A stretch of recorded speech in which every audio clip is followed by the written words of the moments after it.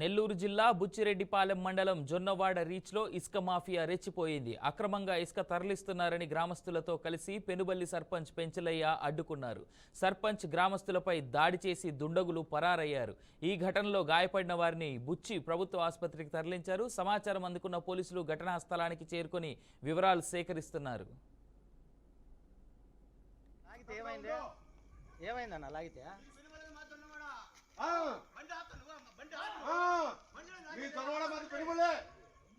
నిజంగా పెంచలే నేను ఇప్పుడు భయపడను వీడియో తీసేదానికి భయపడి అదే అర్థం అయిపోయింది.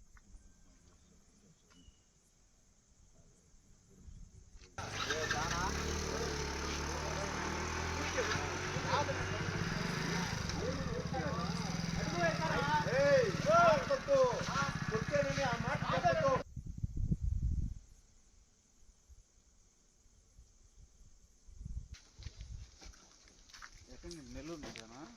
నెల్లూరు నుంచి తీసుకెళ్ళా.